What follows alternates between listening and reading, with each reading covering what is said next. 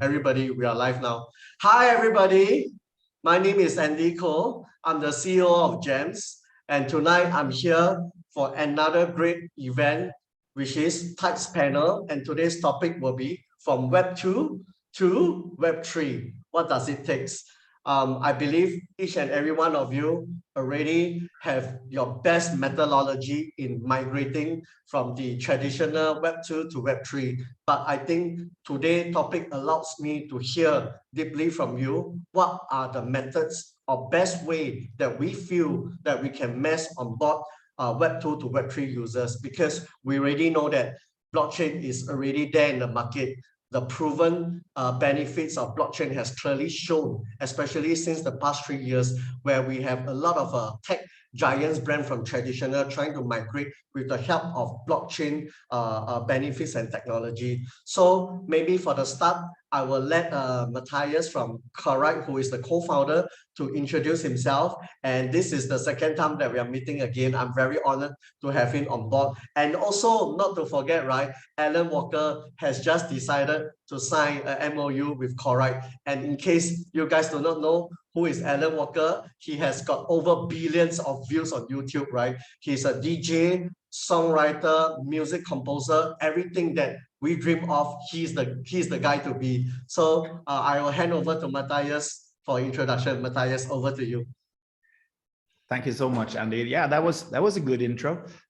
So I'm Matthias, and I'm the co-founder and CEO of Corite, which is a music fan power platform, as we call it. I'm as you can see on my hair color, I've been around for a while. So I've spent many years in the music industry, worked a lot at Universal Music, one of the biggest label on the planet, but I also worked a lot with esports and media in other contexts. So I always been fascinated about the relation between artists and fans, because I think that's like always the core foundation for like a career in any creative industry, I would say.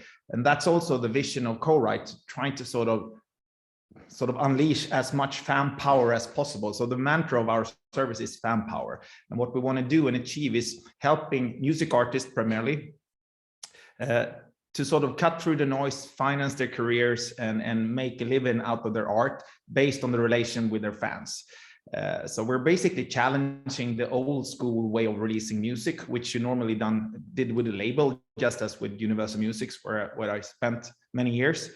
But today, the situation is different. So you have streaming services all over the planet with billions of listeners, and it's fairly easy to produce a song, at least technically. So you can use your laptop and you can produce something which sounds like music, and you can release it very, very simple on services like Spotify and Apple Music, etc. So meaning the competition out there, even for a guy like Alan Walker, is great. So like you have 70,000 songs every day released on streaming services. And we believe that the traditional way of releasing music through a record label is not working that great anymore, because one, it can't serve all these professional music artists out there that want to be professional with their art, but also, they simply cannot cope with the volumes. So we need to find a solution where we can bring in some more power into the mix. And we believe that the fan power is the thing.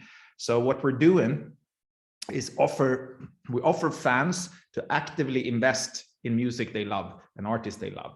Meaning you can go into corite.com and you can invest from like $10 and upwards in any kind of song you like. And then on top of that, you can also engage by like performing missions, doing stuff, helping the artist spread the music, share it among friends, etc., and co-create. And eventually you have a chance of not only getting your money back, of course, if things turns out right, but also make a profit. So this is a way of sort of actively invest in music, which has seen the light before we started, I would say. So we're fairly new on the concept. There's other companies doing similar things, but I think our model is very, very unique right now. And that's also hopefully why Mr. Walker, Alan Walker, choose to go with us. So I'm super proud of this, thanks for introducing it, because on Friday, we're doing our first announcement, which is really, really interesting around Alan, which I hope you will like. So that's short about Corite. And I think to the subject matter, just to touch upon it, we'll get back to it. But we started off as a fiat Web2 kind of product, because we realized that music fans in general, they don't know much about blockchain. And we wanted to test the concept in, is it possible to get fans to invest in music they like?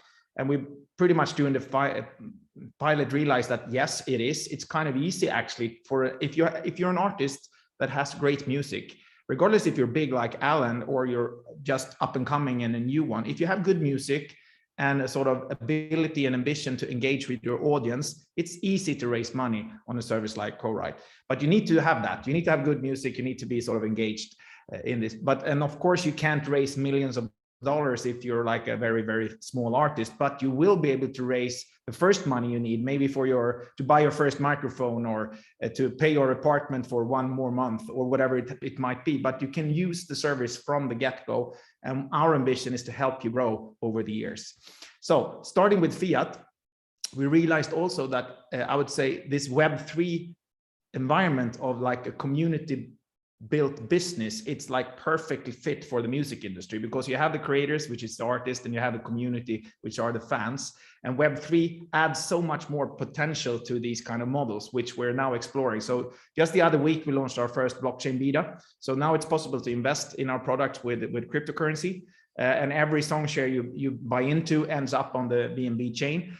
So we're just starting, but we're getting there. And now with artists like Alan, we hope that we can sort of engage not only a huge, massive fan base out there, but also new, bigger artists, and also great artists in all categories. Yeah, that was a little intro. I'm happy to be here. Thank you so much.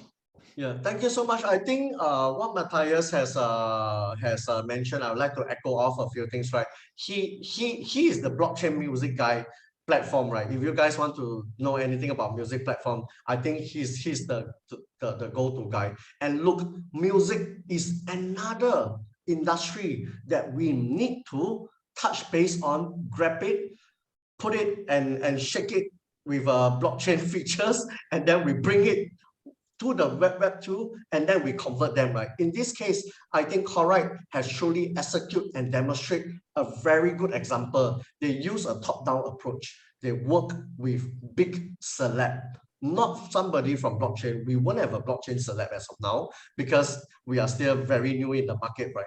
But the infrastructure is ready. The infrastructure is already into an adult stage, whereby we already have an interoperable platform where everybody can jump into. And I think music is one of the great ways that we can mass onboard users, because of the very big number of interest in people having music. And don't forget, during, I'm so sorry not to say that you're old, but during Matthias' time, his time is not about gaming. During his time is music, which is why Hard Rock Cafe went to an O2O business model, and they became very big, because during that time, music was like everything for somebody during his era. But and I think definitely now moving forward, music is still very huge, right? But maybe I would like to bring in the Disco from Zombie Club game.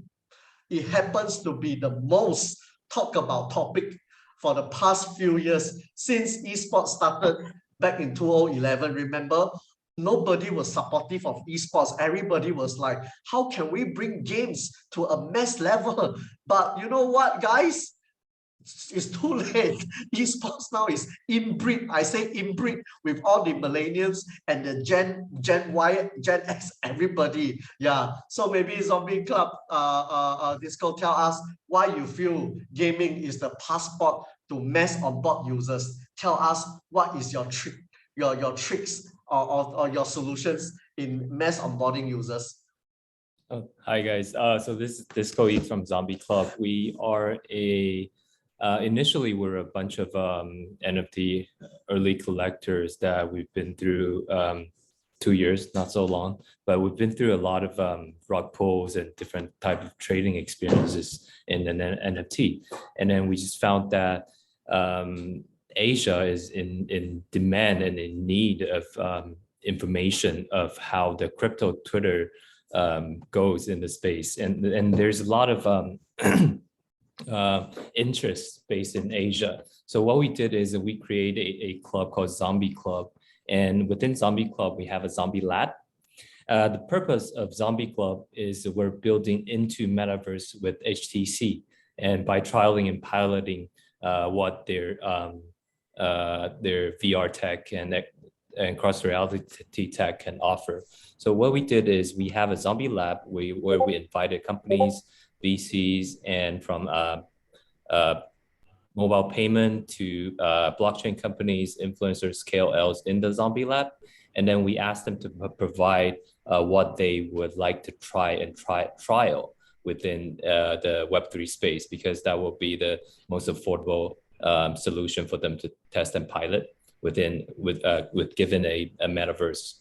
And what we did is we have 6,666 tokens that belongs to our community members, which we have around 3,800 holders. And all of these holders, we are taking them not just from profile pictures, but a route of from wallet address to ENS to your online name, to profile picture as an identity, to 3D avatar, and all the way integrated to the up and coming XR tech. A lot of the people, they don't realize that cross reality tech is going to kick in the mass retail market within 2 years. We're talking about 2024 when the Apple MR glasses are retail friendly. So that's the moment where you can have your glasses, your MR glasses or VR glasses for on mobile for 24 hours a day. And then these the bigger companies, they will push these devices to each one of your hands. And we believe that in the decentralized community, having from a wallet address to profile picture to 3D, and then all the way to a pod or a wormhole that connects you to different verses, as in if you can imagine in 3 years, every website will have their own 3D verse as a gateway to enable a different seamless environment of experiences. So that's what we're doing with our Zombie Club and Lab. We're taking all of these users and building along with the tech to trial and pilot projects. What we have been doing is we're pushing mobile payment companies. We're pushing some of, I cannot name them, companies to verify and authenticate NFTs. And surprisingly, all of them are interested and none of them said no, simply because by allowing their original members to connect their MetaMask and verify their NFTs, you can have a more of a precise pinpoint of who your customer is and what kind of community are they in order to provide better services and data. So a lot of the companies are doing it right now, and I believe from Twitter, Instagram, it will spread like wildfire within the next 6 months or so. A lot of companies, a lot of service, you'll be able to connect and verify your NFTs. So what we have seen is just for Asia, by the end of this year, these communities, they might be as simple as a JPEG, but what's within the community is you can see these community building, developing within the community. It's going to happen within Asia by the end of this year. I believe there will be around 200 to 300 of these medium-sized or smaller-sized communities forming up. So really, we're like at the beginning of seeing a wave of digital Rotary Club on Web3, trying to help each other out with jobs, with opportunities, and just get the resources you can get in the COVID scenario. And that's it's going to take, and our purpose is to educate and to bring the experience of what's metaverse, how do you define metaverse, what's the tech right now on the market, what are they offering, and why is it so important? So this is the education we're pushing in Zombie Club. And I believe Andy was talking about gaming, and for my generation or under, we spend 12 to 18 hours a day within screen, and it is only reasonable that we feel assets within screens are valuable. And I believe with the tech, where you're talking about in 3 years, you'll be wearing the screen, watching another screen, and in 3 to 4 years. So that's a scenario we are expecting. So we believe that NFT Web3 has their own culture, community, networking, and value forming as we speak. Thank you, Andy. Thank you so much, Disco from Zombie. I think we all cannot agree more than the fact that NFT is one of the most, how would I say, I maybe use a word, right? It's the smartest way to onboard traditional users, right? They cannot say no to blockchain because NFT has been proven by many big brands out there, Adidas, Nike, Facebook, Microsoft, everybody, they need NFT to go into metaverse because they all know one thing, Web3 brings economic incentive. It's not like Web2 where we pay and pay, they get our data and we pay more, you know, that's so sad. But right now, you get my data, I have a way to incentivize because I own something in the digital space. And I think that what makes everybody different because everyone now have a chance to earn economic from a sharing pool versus a centralized pool. And I think that is what blockchain is very exciting also. Thanks a lot, Discourse on something. I'm going to come back to you. Okay, the next guest I'm going to bring out is maybe on the sport side. So we've got music, we got games. I'm going to bring out Tengblad from United World, who is the head of asset management. Maybe Tengblad, you can introduce yourself, like what you've been doing before, and then your involvement in the project, and why do you think the best way in terms of, in this case, right, you are probably the sports king of data, so I'll allow you to speak on that part. Tengblad, over to you. Oh, thank you so much for the opportunity, first of all, and I'm pleased to meet the guys here on the panel. I've been immersed in football for the better part of the past 12 years almost. United World, we are conventional yet young, innovative, and looking towards the future. Group of we're a sports management group, investment fund. We own 5 football clubs currently. One in the UK, Sheffield United, France, Châteauroux, one in Belgium, Beerschot. We have one in India called Kerala United, and one in Dubai, in UAE, called Al Hilal United. So what we're looking at right now is that, like music, football has the most fan engagement in the world. And when you look at football clubs, when you look at football players, and the number of fans that people that follow key sports personalities, they have their loyalties towards their clubs, it's phenomenal. And what we're looking at right now is basically how to integrate that loyalty and the fan engagement into the future. And you look at certain companies that have started with the fan tokens. You look at what NFTs have been doing. You know, there's a lot of sponsorships right now for footballers. There's a lot of NFT collections being launched for footballers on multiple chains. So that's what we're looking at. This is where we are at the moment. We're trying to see how can we integrate that moving into the future, creating a Web3 platform for the football part, but not only monetizing it from the fans, but also giving opportunity for the fans to take part of that.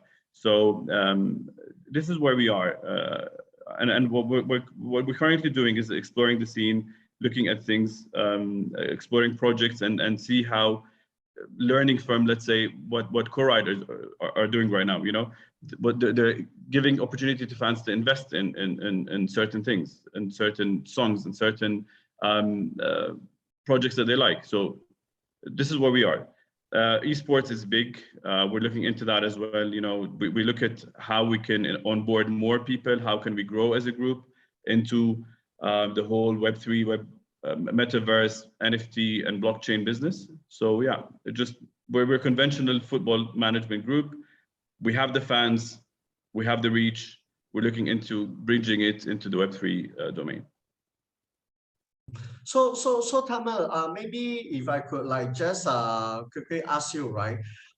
Do you feel NFT is the best passport for Web2 to Web3 users? I believe so, yes. I believe in the near future, everything will be NFTs. I believe that in terms of football-wise. Match day tickets would become NFTs. You know, I believe that your season ticket would become an NFT. You can later on sell it online instead of buying your own, having your own, let's say, regular printed ticket. We already have QR codes in stadiums.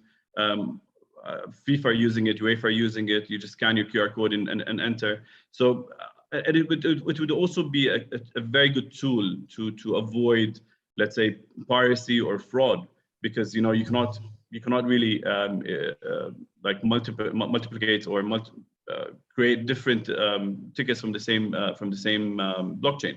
So I believe it is the future. There's a huge potential in terms of football. You know, there's a lot of money that flows around. If you look at the transfer market, you know, every window there's hundreds of millions of dollars that are being spent. I think it could be very soon that we will integrate that into the blockchain. I'm not saying us as a group, but perhaps FIFA as a governing body will think about that and say, listen, the transfer system should become on the blockchain. It's easier, safer, faster, quicker. You know, there's a lot to do and adopt in the world of football. And us at United World, we want to be early adopters and part of the change, if you may, from now. Yeah, I think we have a lot of similarity, which is the music, the esports, and the sports. I mean, so sorry. We also have some technology solutions provider. Of course, they will strongly agree with me, right? Music, sports, and esports. This is really truly the best way to mass on board, because these three industries already consist the mass users of the whole global population. Yeah. So when we talk about music, we talk about sports, we talk about esports and games, right? Don't forget, right? Games is under esports. So we already cover a very big portion of the mass users, which is why I invite you guys to talk about it also. Yeah, then maybe next I'd like to run off to Alex also, which is another game. Then after that, I will go to Leo and Leon, which they have the technology product, which is also another way to mass users on board. Maybe I'll let Alex introduce himself. Alex from NukeChains, who is the CTO. You want to spend the next 10 minutes, tell us about your project NukeChains, and also introduce yourself and tell us why you think is the best way to mass onboard users from Web2 to Web3. Alex, your time.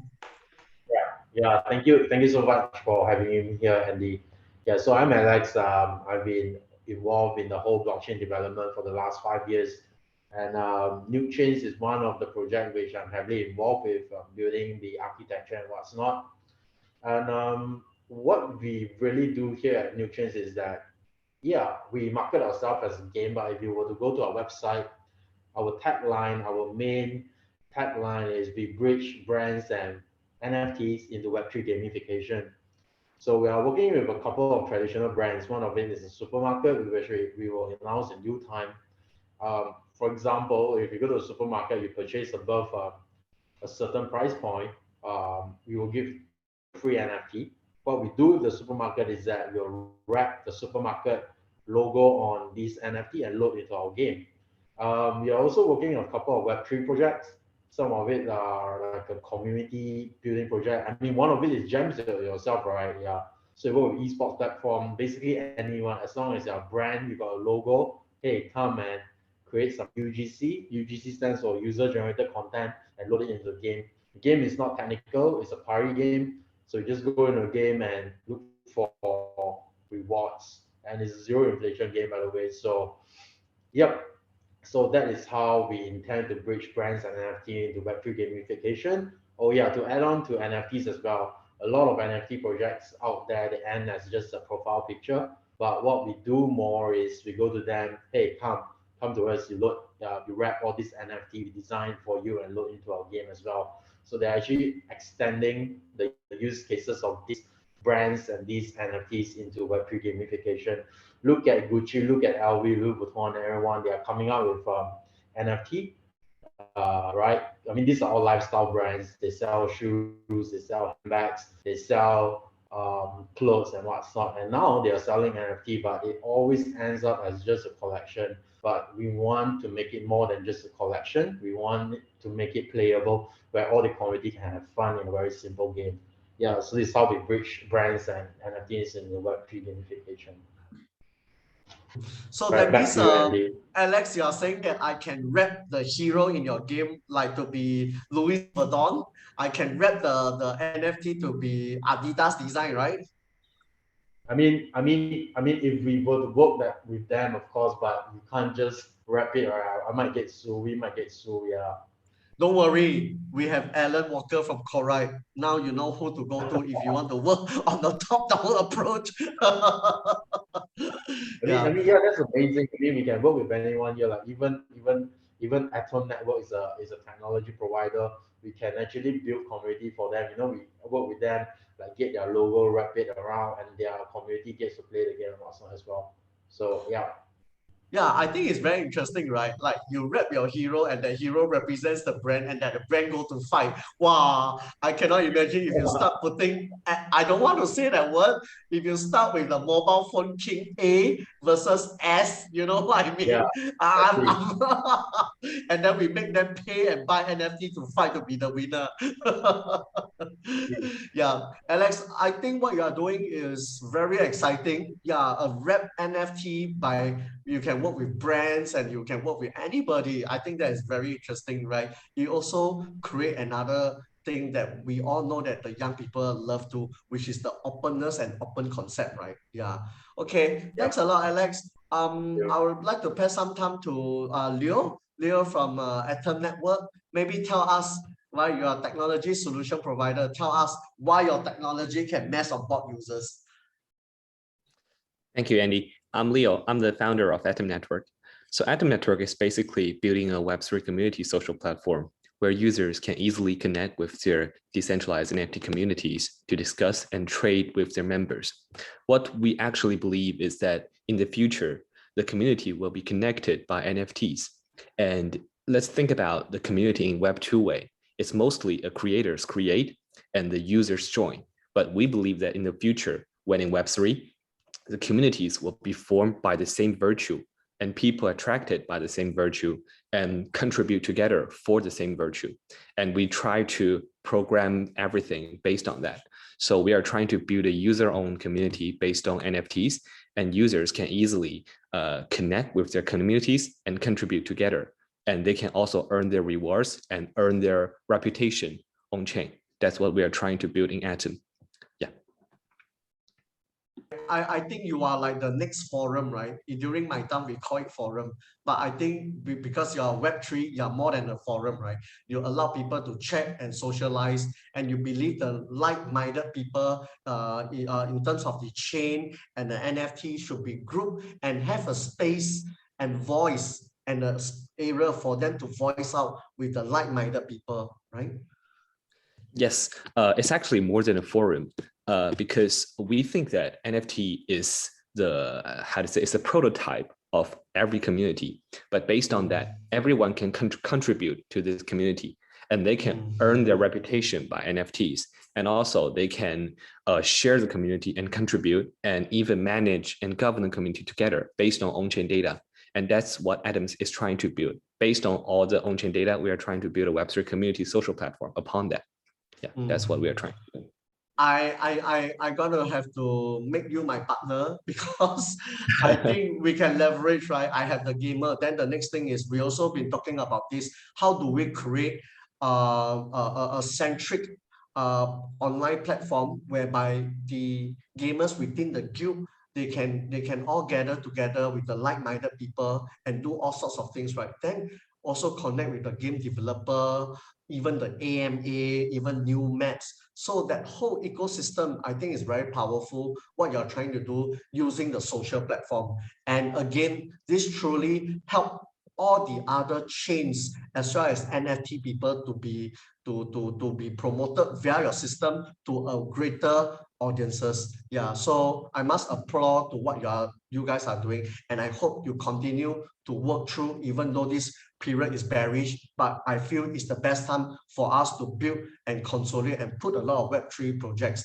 And platform is also one of the best way to help promote. Amazon did the best thing. He helped all the storybooks owner to become or at least have a living through Amazon, because writer can now have their books sell, transport, and deliver anywhere in the world. by having an online platform, right? And I think we now have a lot of blockchain platforms to help blockchain projects, outreach to a bigger, best mass market. And platform is really one of the way to mass onboard traditional users by allowing all the things that is of their interest within one platform. Yeah, thanks a lot, Leo. I will come back to you later on. Okay, so we have Mr. Leon Kim from Crayon, who is the CEO. Leon, I will pass this precious 10 minutes for you to do introduction. And then after that, I will go to each and every one of you to talk about the final topic, still the best methodology to migrate users from Web2 to Web3. So Leo, hand over the precious 10 minutes to you first to introduce yourself. Thanks a lot, Andy. So my name is Leon. Thanks, everyone. So I'm the founder and CEO of Crayon, and Crayon, we're building a base camp for NFT DAOs. And we're treating each journey of the NFT DAO as a Mount Everest expedition, where Crayon is going to serve as your base camp. And we also have a DAO for the Crayon, which is basically going to be your Sherpas that's going to guide you and accompany you throughout the journey. So we're essentially a DAO as a service or DAO tool and service provider. And our mission for the next 12 months is to support at least 100 plus meaningful NFT DAOs to bloom on our platform to make a lasting impact across the industry. And we also have, NFT as our focus. We also provide features for NFTs such as NFT-backed loans and NFT rent and lease on top of the pre-existing DAO-based features for fungible tokens. So it is crucial for us to understand the life cycle of DAOs, whether it be fungible token-based DAOs or NFT-based DAOs. So it is fairly interesting, but we actually initiated a DAO ourselves to become a customer of our platform. So there's this DAO called Heritage DAO, which the mission was to pull in capital to purchase a national treasure of South Korea. So it's somewhat like Constitution DAO in a way. And there's a bit of a unfortunate story behind this. So, COVID has stayed with us for over 3 years now, and any business that people gathers around were badly impacted. And it was no different for the very first and prestigious art museum in South Korea. So out of desperation, just to survive, they put 2 national treasures out for an auction. Now, this has never happened in the history of Korea, and this is very much likely not to ever happen again. But we heard about this incident on the 23rd of January. Back then, we were still being incubated and accelerated by the very first NFT accelerator built by Animoca Brands. So they're one of our first investors. And, when we heard about this incident on the 23rd of January, that was like Sunday evening-ish. And we had little less than 4 days to, do something about it. So what we decided to do is put up a DAO, get the storyline set up, get the website up, get the minimum viable team ready, and then just splash it across everybody that we know across our network. And quite fortunately, we were able to raise little over 600 plus ETH in just 24 hours, which was just enough for us to sit down at the auction with an intention to secure at least 1 national treasure. So long story short, within just 8 days from the inception of the very first idea, we got 1 national treasure. We raised more than 900 plus ETH, and we're able to raise awareness about this incident, not just in Korea, but globally by me doing the interviews with medias like Forbes and CoinDesk in US. And basically the national treasure itself is a portable temple that people used to carry around 1,000 plus years ago. And what we did with that is we actually put the physical asset back to the custody of the original seller. And then with the ownership and the intellectual property rights that we own now, we actually issued the NFT, 2 NFT drops that's gonna represent the members of each member of the community, basically. So we're calling the NFT part, High Slow Society. It's actually on the OpenSea right now. We did 2 sales, one very public Dutch auction and the OG sales, and we're successfully sold out for the first 2,000 pieces. And we're trying to expand out more members with the shared mission and the shared views. And with that, now we have the experience of creating the fungible token-based DAO and NFT-based DAO in its way. So with that, we are, garnering a lot more exposures and experience as first-handedly, and we're basically creating multiple templates that's gonna make it very easy for you to create, a collection campaign for the NFTs, PFPs, memberships, and also, fungible token-based DAO for investments, So yeah, those are what we're doing. We're probably going to have a lot more templates as we go on, so we can tailor it toward, like maybe GameFi guilds for esports, and maybe collectibles, social impact investment, and etc. So that's who we are. And thanks for your time. And I'm very looking forward to today's discussion. Yeah, Leon, thanks, right? So I think Crayon DAO has done a good job, right? Because when we have NFT focus, then people who are really interested or in the group of, for example, ApeCoin, then these like-minded people will then, because they are Web3 users, they will need DAO, right? Because DAO, Crayon can be providing as a service platform that they provide services for DAOs to build community governance and also allow people to manage NFT with ease. I think what you guys are doing is great for those people who wants to adopt DAO solutions. You guys know who to talk to. Okay, thanks a lot, Leon. But let's come back to the topic, right? And maybe if I could, as a host, I'll be given the benefit to start first, right? Yeah, so earlier on, I did mention about my perspective of how I feel I can onboard users, right? Really, the first thing that we look at when we were exploring about the the whole blockchain project was that we realized that there was a lot of GameFi, SocialFi, and Metaverse project, right? So, but then what we really feel that what we could do is we could easily do another music or gaming or sports blockchain project. But then the reason why my partner and I choose to become a platform is because of our offline presence in Southeast Asia that we can leverage. I myself was the co-founder of Game One, and Game One is actually the turnkey solution company for all the esports company in Southeast Asia. And then Labs Group also invested in the Arena Esports Hotel, which is the Southeast Asia #1 esports hotel, where the largest and mass concentration of gamers are in an international format, right? Because when you're a hotel, means that people with blockchain, people with esports were likely to come and stay in that Arena Esports Hotel. So we realized that, hey, we have got a good offline presence, which is the property.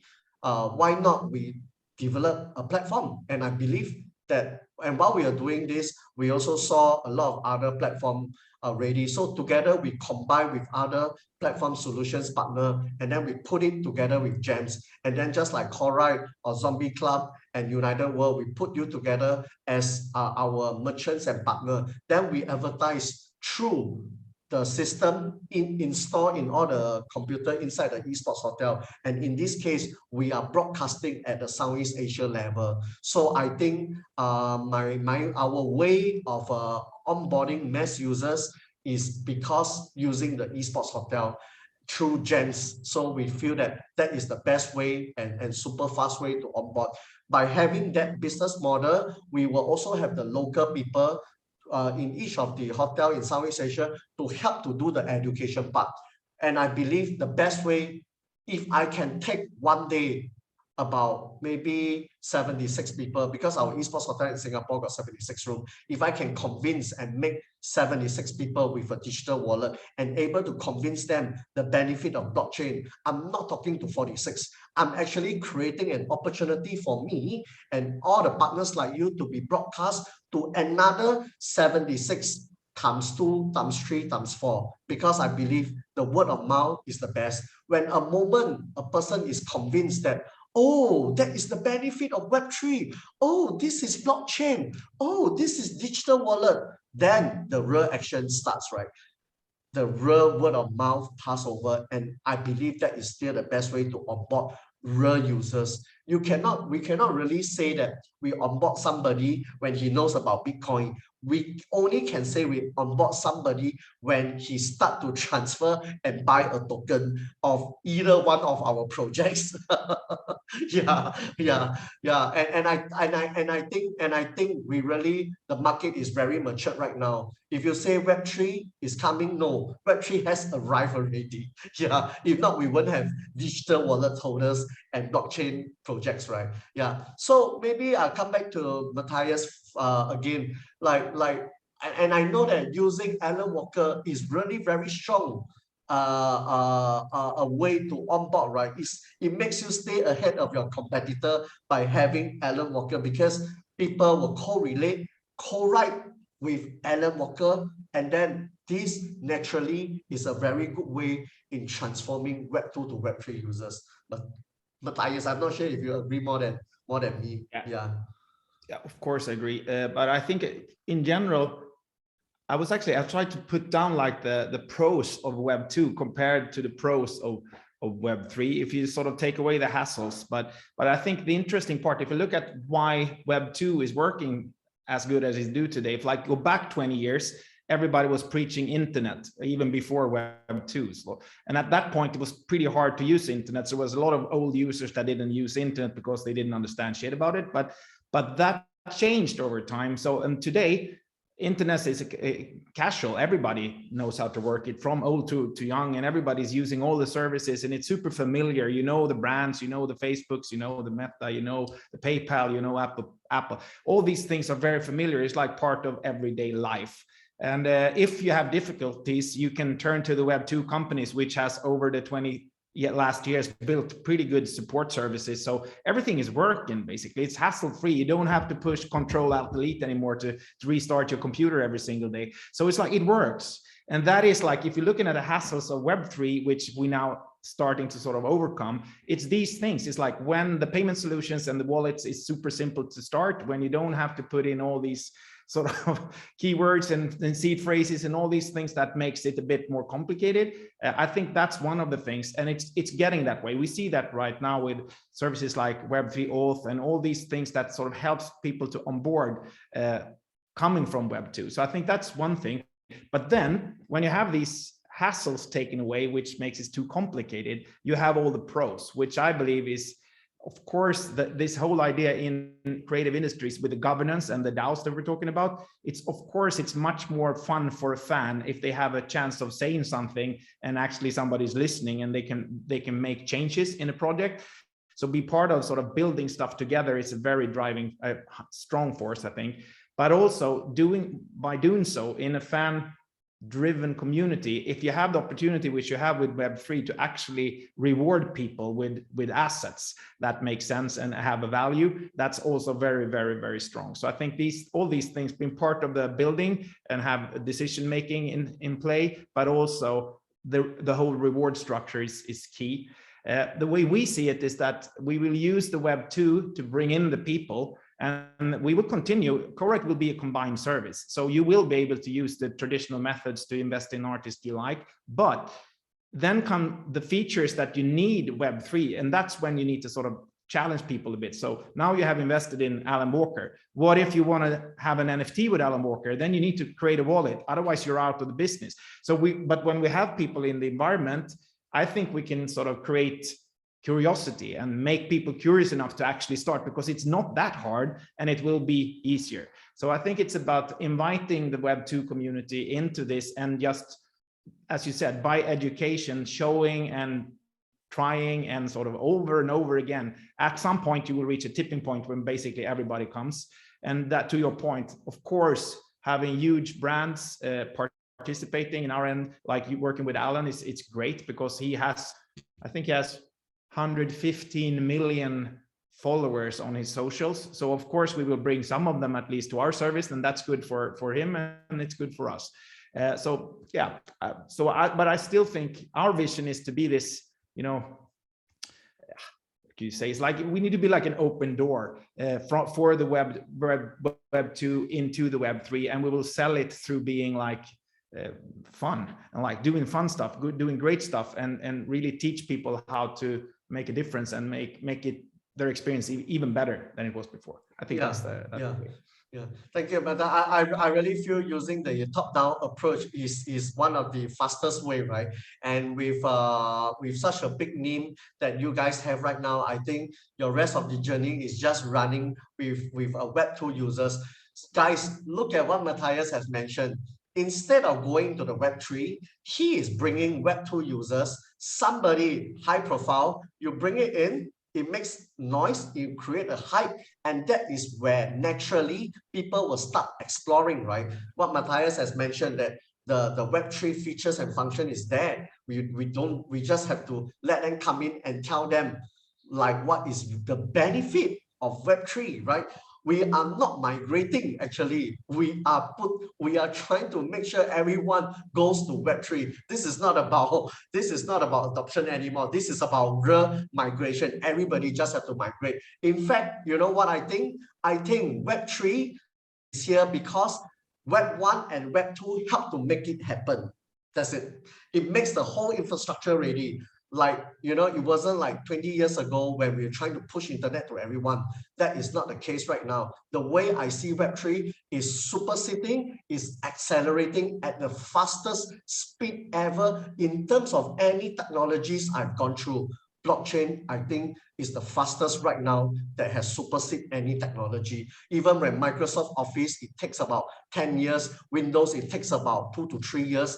But blockchain, we are not taking that far of time to reach everyone. And don't forget, right now we have already exceeded 300 million crypto wallet, and I think the number is keep increasing and increasing over time. Yeah, maybe Tamir, you have something to say? Like on top of what do you feel using the top-down approach is also a good way, or maybe you have something else you can share with us? I mean, DAOs are definitely the way to integrate that into the future, because, you know, it's all about being innovative and bringing solutions into your business. And if you, as you said, in terms of the number of crypto wallets, right now we're looking at unofficial statistic. There's just a little less than 5%, I think, of people in the world with crypto wallets, and this would give you what advantage or where you are in context in terms of early adoption and where it's heading in the future. And with regards to Web2 and Web3, I believe it's going to still coexist for a number of years, for a couple of years at least, because you cannot just completely disengage from Web2, which is basically the influencers and interaction with their fans, to Web3, where people can actually own their data and transfer it and monetize it by themselves. So to circle back, DAOs are the future for sure, because you tap into a market whereby people have certain, let's say, purchasing power, limited or unlimited in that sense. They like Matthias said, somebody with $10 that want to spend on being a part of the project. So I have a $10 that I can spare. I would go spend it into something or invest in something that I enjoy and I see a future in. And sports is definitely on the radar, and people want to be part of football teams, want to be part of let's say a new kit, a new game, a new football creation, a new game like an esports.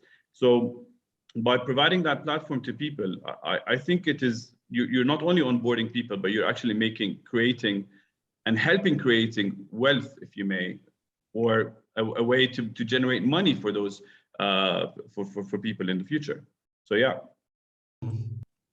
Looks like Leo from Atem Network, you have a lot of potential customer to work with, because you are a Web3 social platform. We got music, we got sports. Let's see whether you can try to provide your service to our dear Disco from Zombie Club. Disco, you want to share your thoughts about why you feel playing using the zombie concept can mess on board gamers? Yeah. I think I think Web3 would be a temporary name. Possibly in 5 to 10 years, we're not going to mention Web3. It's just going to be Web. Yeah, by then my hair will become white also, and yeah, maybe you can invite me to become your speaker. So yeah, Web3. We'll still call it Web3. It's easier to define what we're talking about, like a decentralized scene. Like we've seen. How do we onboard more Web2 users to Web3? I think that's going to naturally happen within the next 6 to 9 months, fast in some countries. Let's say possibly Korea, Japan, Taiwan. We're going to see, like, if you go on a taxi, a cab, or if you just purchase something from convenience store, the receipt you get will be some sort of a private chain NFT, and it might have a raffle mechanism inside to boost gamified shopping experiences. So we're going to see a lot of those within the next yeah, next half year or so. And then there will be a lot of testing, trialing and money being driven into the Web3, just simply because there's a lot of NFTs on the market. We don't even know how to categorize them as assets. For example, last year, you wouldn't think of Proof XYZ like a pass, or Gary V's pass would reach such a high number. But at the same time, if you own a golf club's membership pass, it also goes pretty high too. So there's a lot of the assets in NFT space that's worth exploring, and their value hasn't really been defined or developed yet. So there's definitely that incentive for people from Web2 to go into Web3. And for the Web2 bigger companies like Instagram, Meta, WhatsApp, Telegram, Line, they're all eBay, PayPal, Circle Pay. I think NFTs is going to be something that, just like Tamer said, it's going to be something that everybody owns one way or another. And then for us, we do think that to more of the Web3 side, like why is these digital gains, digital DAOs are needed and necessary? Because out of like 200 countries, right, 200-ish countries, there are 160 of them are honestly poor as fuck. So, and they cannot trust their own currency. So that's why they need to, after I get my salary, if I live in Venezuela, I pay my bills, the first thing I'm going to do is exchange for some USDT, USDC, or Bitcoin just to grab on something.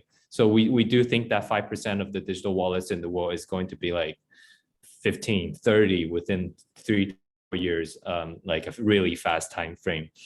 And for us zombie clubs, what we're doing is we understand that there's a lot of opportunity for testing and trial. And what we do in Zombie Lab is we aggregate these businesses from Web2 and having consulting, guiding them to try, hey, what's the available metaverse tech on the market? What's the most available chain, or what areas you should look for? Because I don't think if you're building a Alan Walker project, you should make your own wallet or make your own metaverse. That's not how it goes. Like the whole point is to the focus back on the creator and the event. Like there's a lot of opportunities right now in Asia. We think Web2 companies are, they know right after Facebook changed their name to Meta, they have this sudden realization of, oh, fuck, I better do something about this. Like better study or buy some Ether and observe the market, or do some tests, do some minimum tests and trials. And that's what we do here in Zombie Lab. Right now, Zombie Club, we're still seeing a lot of people. I think the question is for average Web2 people, they never had a wallet, they never bought Ether, and suddenly, okay, sign up MetaMask, going to buy an Ether, get on OpenSea, it seems like a hassle, right? But then when the tools are mature enough, which I'm indicating by the end of this year, there will be a lot of like possibly WhatsApp, Line, Telegram, especially Line from Korea, will have some big moves on onboarding a lot of their existing customers. It could be up to like 5 to 7 million in a smaller scale country, up to 20 million in a bigger country. So we'll see a lot of these Web2 payment companies that might actually bridge loads of users from Web2 to Web3, and perhaps even they'll even have banking and exchange services right on the app. Thank you so much, Disco from Zombie Club. I think we all do agree that, and also just now Matthias did also say, it's very important that we look at two things, right? Look at the pro and cons between Web2 and Web3. I don't think we need to speak a lot. Of course, use case study is also another good example that how we share common case study, like Matthias right now maybe in UK, I'm in US, and if I wish to have a more immersive experience, including a handshake, we can actually make use of metaverse and the of course the VR headset, and then we can enjoy the kind of immersive experience. And I think all this, it has got an economic item that we all need to buy, rent, or sell, which is the NFT, another important elements of getting into metaverse, which is why Microsoft and Meta, I think they know this. They saw a huge financial opportunity because they can create anything that is digital using into NFT, and the NFT can be buy, sell, or own, and that has got a real trading value. And I think everything else will be just digitalized the way I see it, from sports to music to esports, and then we create a common passport to metaverse, which is through the digital avatar. But I think all of us agree that NFT is definitely the best way to onboard Web2 to Web3. And also don't forget, right, I'd like to echo off to what we all discussed about the pro and cons. Really, from my perspective, right, I feel Web3 resolve 4 things, right? Not only ownership. Beside ownership, I feel we have, for once, one thing in our life, digital identity. Okay, because OX, that is our digital identity. That is our wallet. We can send, we can receive money. And next, we will also have privacy because of more and more decentralized payment method. Last but not least, I think Web3 bring a very important feature to the Web2 system, which is safety. Of course, I cannot comment that exchanges are being hacked or what, but blockchain, naturally, it cannot be hacked as of now due to the technology, right? So I think also we have also talked about right now the whole market is at 5% level, but a few of us already are looking at maybe in the next 1 to 2 years, everybody will be on blockchain. It's just happened so quickly. I remember back in 2011, people was contesting about esports, from parents, from school to university, even at government level. I'm seeing the trend now for blockchain, but what is so different versus last time when we tried to do esports? Esports do not have infrastructure. Like, we don't even have a sharing program to share videos. We don't have. When esports started in 2011, then Twitch and YouTube came a platform where people, where they use the method of the fans, right, to mass onboard users to esports.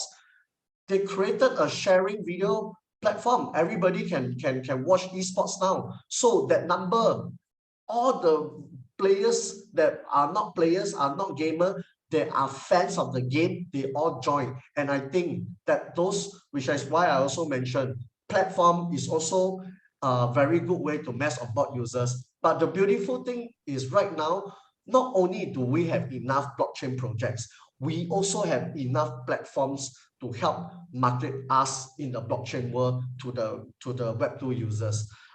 Yeah, so appreciate everyone has given the feedback, but I also would like to hear from Leo from Atem Network, right, regarding his social platform. I think his what he's building right now, because Web2 is really a lot of read and write.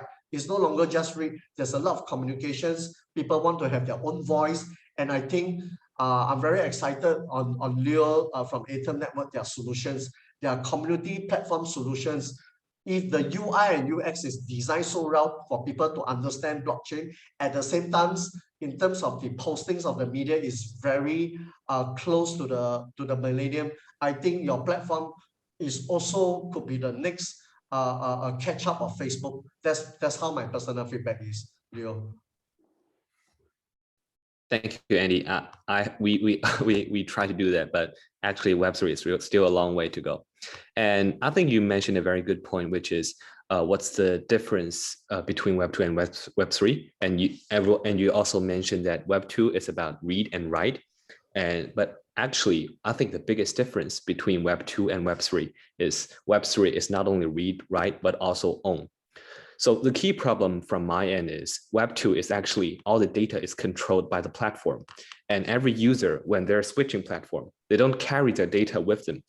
So for every developer, even if I've tried to deliver the best service for all our users, what I have to do is, oh, sorry, I don't understand every user. I have to gather users first and understand them, then I can offer service. But Web3 has changed the narrative. Today, we have a neutral protocol where users can trust the data, can trust and own digital assets on this neutral protocol, which we call it Ethereum. So every developer, they can, based on this neutral protocol, to understand every user before they even log in the platform. So in this way, every developer, especially if they want to offer service for normal users, they don't have to think about how I can collect user data, how I can monopoly the users, but on the contrary, they think about, hey, the data is already there, how I can make the best service for them. So this key difference, I think, will make a pretty big change in the future. And that's also what Atem is doing. Atem is trying to build a Web3 community social platform where we form community, govern community, and discuss and trade within the community, all based on on-chain data. So when you come to this community, we automatically understand you, what community you're interested, what assets you own, and based on the on-chain data, we offer service for you. And within the platform, you can connect with all the users that we think are similar with you, and all the data is authenticated. There is no room for us to monopoly you. And also, because all of you are gathered together based on same assets, say Zombie Club, like the Zombie Club NFT, because all the members, they are gathered together based on the Zombie Club NFT. So now they can think about, hey, I want to contribute to the Zombie Club NFT.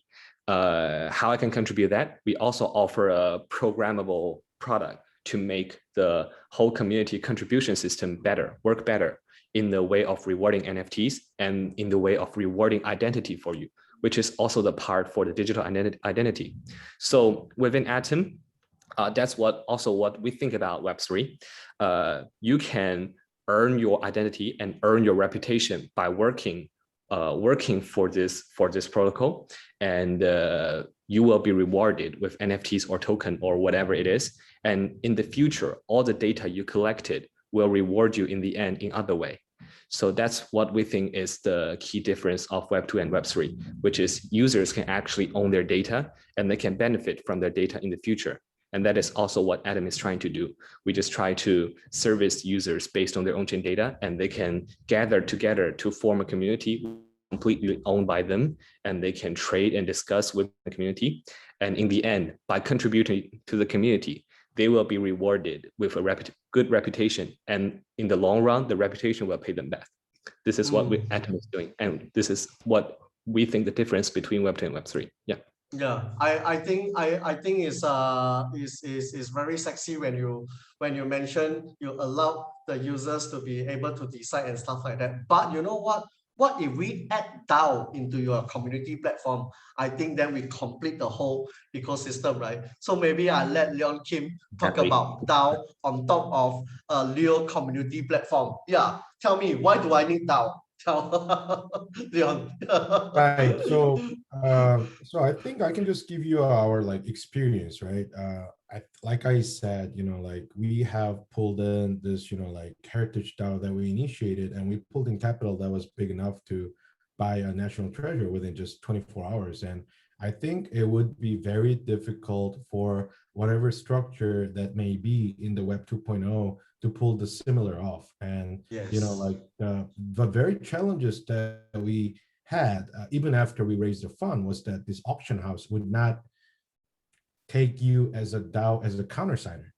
Like you have to have an entity that they are comfortable with when it comes to signing the documents. So we actually had to assign an agent in Singapore because Singapore allowed you to have cryptocurrency on your book somehow, right?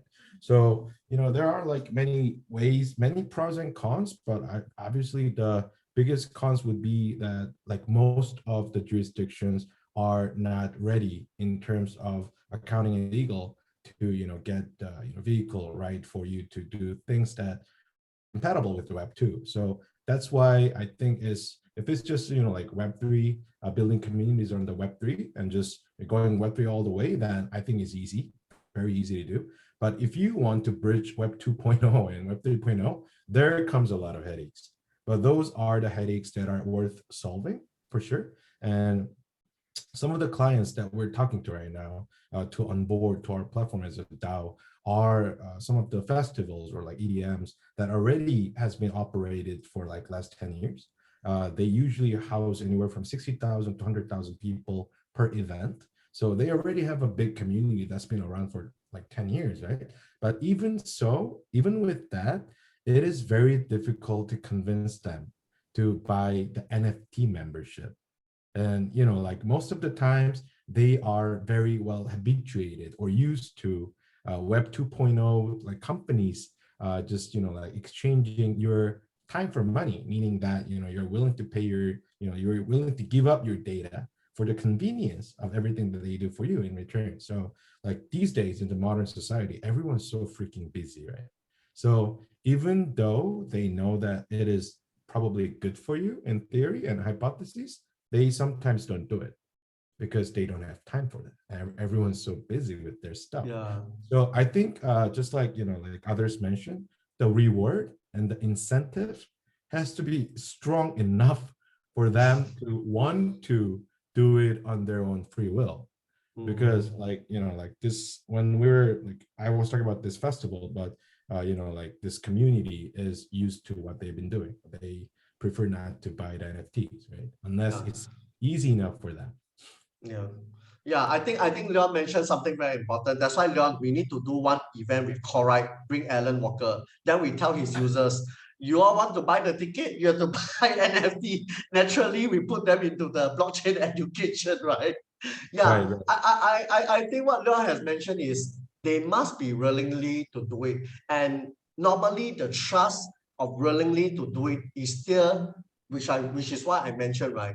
Is still the word of mouth from friends. Because when somebody talk about something versus what you see on the internet is very different. I see in the internet, I just read again. It not necessarily means I'm converted, but word of mouth would help the actual conversion. And I truly believe that out of 1 million people, the best way is still word of mouth, your offline stuff, or either you work with a big thing on the top down, or either you work like what the mass market need, right? Like Leo from Atem, I think the future is we need a social, a Web3 social community platform, yeah, which is also very important. Thanks a lot for Leon for your insight. I also believe that over time, and if we put them on the right thing, right, they naturally, if we can make them want to do it, that the want to do it is the best a way also to mass on board users. And sometimes we can use technology to help us to supersede, like when they register with Microsoft Windows, the first thing is they need to maybe open a digital wallet, right? Or when you set up iPhone, you need to, why must set up the Apple account? Why cannot set up a digital wallet, right? I think in future that could be part of the registration process in terms of the help from the IT hardware as well. If you make it, I remember earlier on my days, before there was many version of Windows and stuff like that, there were many partners trying to work with Apple and Microsoft also. And I think they use a very great way to make their registration like compulsory. I think Netscape also did that. Yeah, so we can, you know, learn from the past of how they do it, right? Maybe I like to leave the last 5 minutes or so to Alex.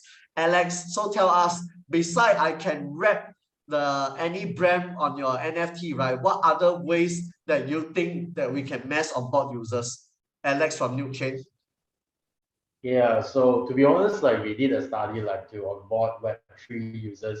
The cost of acquisition is like $8 to $10 per users. If you were to do this in Web2, right, there's no way your game is gonna survive. So like we work with brands and stuff to actually onboard this kind of users from the existing users that are not only paying them, they're paying them like $1 to $2 per user. I mean, not only that, we are doing this NFT for them for free. And at the same time, we're getting users coming over to Web3 and what's not. But at the same time, I guess the user experience has to be really simple, right? As long as they give you an email address and boom, there you go. You can load your NFT into the game. And not only that, like I mentioned earlier, the cost of acquisition for Web2 users is actually way cheaper than Web3 users. This is still very expensive, to be honest, to about Web3 users. And not only that, the pie is so small, so little, right? You're fighting with so many projects out there doing the same thing and what's not. So why not, like, based on what we do best, we come from the Web2 scene. I mean, half of the team comes from Web2 and what's not, business development, working with brands for the past 10, 15 years. So yeah, actually at the end of the day, the funds you raise and what's not, it's very important to see how you want to acquire users at the best cost available. Yeah, Alex, thanks. And also, guys, not forgetting, right? We are already seeing some Web2 companies are buying or either investing into the Web3 companies, because I believe where blockchain is the future of technology. So all of us who are building the project right now out of a blockchain technology, I feel there's a very high chance. And I feel for mass user adoption, if a Web2 company, because we all know, right, we live in the era for the past 15 years where data is the most important. I think Web2 companies host a lot of data, but they are not embarking on blockchain because of the nature of their business. But I think they can come and work with blockchain companies like us and invest in us for the future, whereby we are creating the future technology of the world, which is blockchain. So that is also another way of mass on board users. Because when, take for example, I'm not suggesting anything, but just take for example, right? If today, let's say Shopee, who have such a big users of e-commerce, right? What they could be partner with another or even acquire a blockchain Web3 ready company, then e-commerce will allow even the shoppers, the merchants to have a more transparent kind of purchasing format, and also allowing a more peer-to-peer payment method and allowing more merchants rather than company or more product creator to have their products sold online and they receive the maximized profit through Web3. Yeah. So thank you, everyone. We have just used up the 1 hour of this. I wish I could give more airtime to everyone, but let's look forward to do the next one. And I think we can maybe do more of metaverse, which is, I think, is a very exciting topic. So maybe I'd like to let everyone have a 1 to 2 minutes to say thank you or something that you want to share about your project. Matthias, maybe I'll let you have the 1 to 2 minutes airtime first. Matthias. Oh, thank you so much. I must say thank to you, Andy, first, because I think I believe it's great that you put the energy into arranging these things, because I think it's not only it's fun to talk about yourself and your product, but it's also very inspiring to hear what everybody else is doing. And I took some notes here, and I will definitely get back to a couple of people in the team. So thank you everyone for sharing what you're about to do, and thank also for all the people that has been arranging this. So yeah, I'm super happy to be here, and I'm if you need help with anything within music, of course you should turn to me. And we have a lot of exciting things. I think this year will be it'll be a crazy, fast, and fantastic year. Hopefully very successful as well. But you never know in this business, so you just need to work hard and celebrate the victories. Thank you so much. Thank you, Matthias. Yeah. Having me. Maybe the next person like to have his closing is Tamir from United World. Yeah. Would you like to give us a closing? Yes, of course. Thank you, Andy, again for arranging this. It was a pleasure to have been involved in such a great panel, meeting great people with great minds. And I would like to invite anyone that has any specific ideas that we can also work together on. We're happy to listen. We're happy to learn from each other and maybe also work together on the long run. Again, we are in the world of football. Football is big. Football is vast. It has a lot of fans, a lot of engagement. So there's a lot that we can do together in terms of even it coexists with music with Matthias as well. You know, every football club has its own anthem and has their own songs. You know, there's a lot that and this is people what cannot fathom is that our world is interlinked, you know, and we need to make the best out of it and create the best experiences for people moving forward. And you know, just to circle back on Twitter and Instagram, Twitter have onboarded your own PFP and they verify you because of that with your profile as an NFT. Instagram creating their own NFT platform right now. It's going to create huge adoption in the future. So let's make use of that. Let's be early adopters and let's talk and let's connect and grow into the biggest, let's say, no, I'm not going to say cult, but the biggest trend moving forward. Yeah, thanks a lot. Thank you. Wow, I'm very surprised, right? Instagram is building their own NFT marketplace. Don't worry, Yes. we have nothing to afraid. No, It's good, right? Because they are helping us to drive blockchain at the mass users level. So thank you, Instagram, for creating NFT marketplace. Yeah. Discord from Zombie Club, give us your thoughts. Yeah. Thank you, organizer and Andy, for bringing this event together. And it was awesome to know Leon and Leo from this panel talk. I think I will definitely get in contact for DAO management tools. And it's just interesting to meet people around the world on their thoughts in the Web3s and NFTs. And if you need any metaverse building VR tech, that we can provide along the way, please do contact me. Or if you do like these pixel monsters, please check out Zombie Club. Thank you, guys. Thank you so much. I will definitely need one of your services. Yeah. Okay. Maybe let's have Leo Lee from Atem Network to do some closing. Yeah. Thank you, Andy. Thanks for the meeting. It's really nice to meet so many great people in Web3 building all the awesome projects. And I really like what Matthias said. Web3 is actually a community-built business.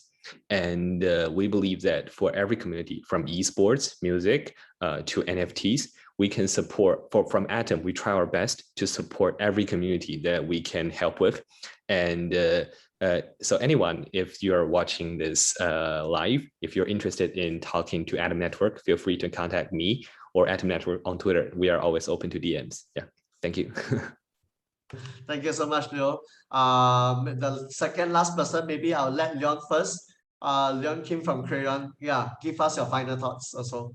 Right. So first of all, I want to thank Andy, Blocklike, Kevin VC for organizing a very successful event. And it was a pleasure to meet every one of you. I appreciate this time and opportunity to get to know you.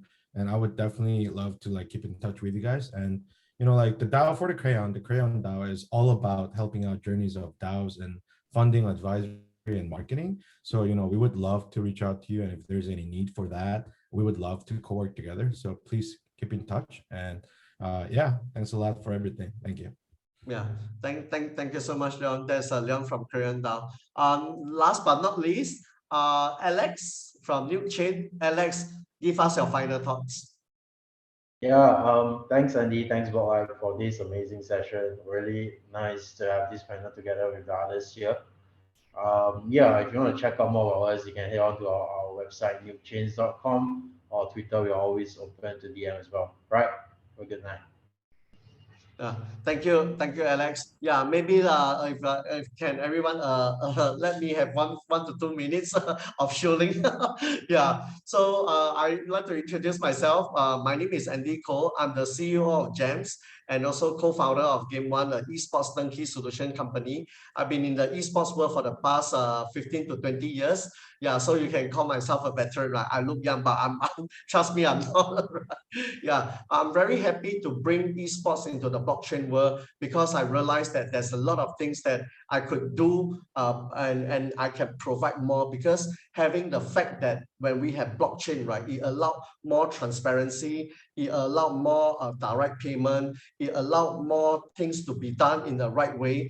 In actual fact, because of when I put blockchain into esports, I can solve a lot of problems. I can even do not need the managers anymore just to help me to make that payment or transfer the salary. Right now, I have a more direct visions. I have a more direct view because of the help of blockchain. So I'm not been an advocate of blockchain, but after I realized the benefit, and to those of you who are new to blockchain, I strongly urge you, start picking up notes about blockchain, because this is the future state of technology. Whether you like it or not, it has to be there because the benefit is real. When I say benefit, not only benefit for personal, but it's benefit for commercial, non-commercial, at both levels are very strong. So last but not least, thank you to Blocklike and Kevin VC, who has been our supporters, backer, and also helped to organize this. Okay, during this bearish time, I believe one thing, I believe my hands. And everybody, we all going to make it. Let's just hold on and determine and go to the last stage of the project, because I believe everyone is doing something to resolve what the Web2 cannot be doing, and whether it's financial or it's technological motivation, let's all bring the best to the world of Web3. Thank you once again, everybody. Thank you. Yeah. Okay. Thank you. Blocklike, are we finished now? Hello, Blocklike. Hello, hello. Yeah, are you happy? I think we do a lot of shooting for you. Everybody have mentioned Kevin, everybody have mentioned Blocklike. But thanks again for sponsoring this event. We look forward to do another one. Let's do Metaverse the next one again. Thank you very much, Andy. And Thank you very much, everybody. Okay, thank you bye, everyone everybody. for sharing. That's the end of our panel today. If there is Okay. any publicity, I will share it in the group. Okay, okay, cool. Perfect. Thanks. Thanks, Meryl. That'll be great. Awesome. Bye. Thank you, guys. Thank you guys. Bye bye.